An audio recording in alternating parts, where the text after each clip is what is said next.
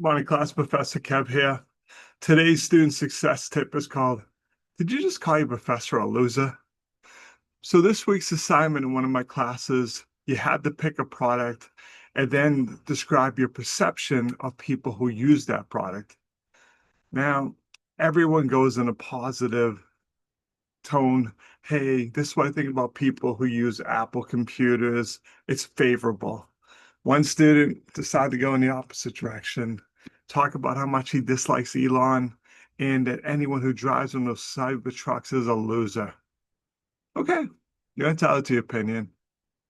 What if your professor drives one? I don't. But what if your professor does? What if someone I care about drives one? You never want to go negative on an assignment like that.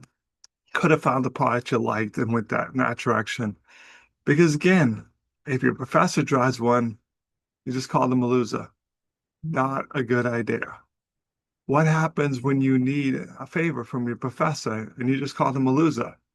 Good luck with that. Let me know how that works for you. Please, please be careful. His tone very, very strong. Really, really dislikes Elon and thinks that people who drive him are just fans of Elon and they just buy it because they think Elon's amazing.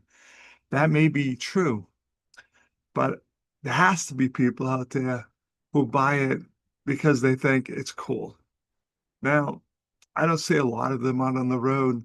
So it's going to be people going to be attracted to that. Like, hey, I like to have something that not a lot of people have. So when I hop out of it, like, yeah, that's right. I have one of these Cybertrucks. Not everyone who purchased it is a fan of Elon. Again, some people may just like it for other reasons.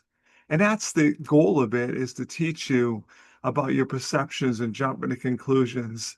And the response was like, I'm never going to change my mind. That's what I think.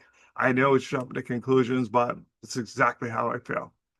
Again, that's your opinion, but just be cautious about making statements like you're a loser if you drive one, because it may come back and hurt you in the class where now your professor's mad that you just called them, or maybe my wife drives one. Like, ah, you just call my wife a loser?